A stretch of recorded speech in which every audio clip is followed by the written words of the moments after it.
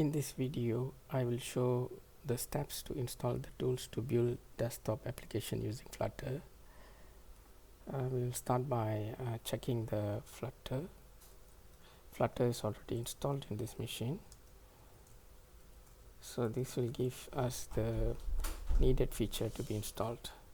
So this is the tool which is missing.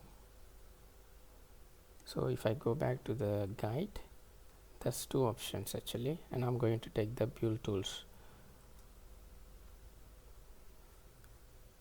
Okay, I download it. So I already downloaded here, so let's get started with the installation.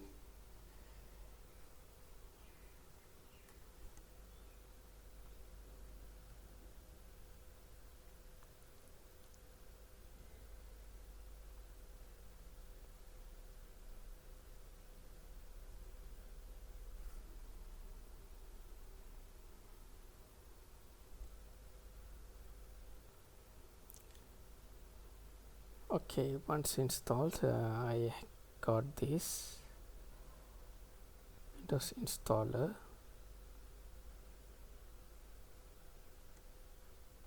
I'll just go back and see desktop development C++. Okay, let's see if we have it here.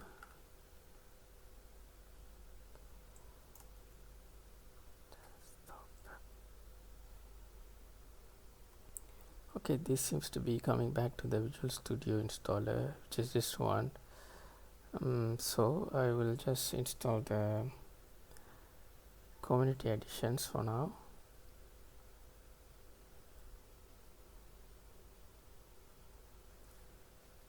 Okay, the workloads.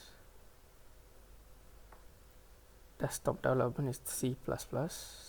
Okay, so this is what we need. Desktop development, including all its default components. Okay, then I just selected that, then default components, install while downloading, install.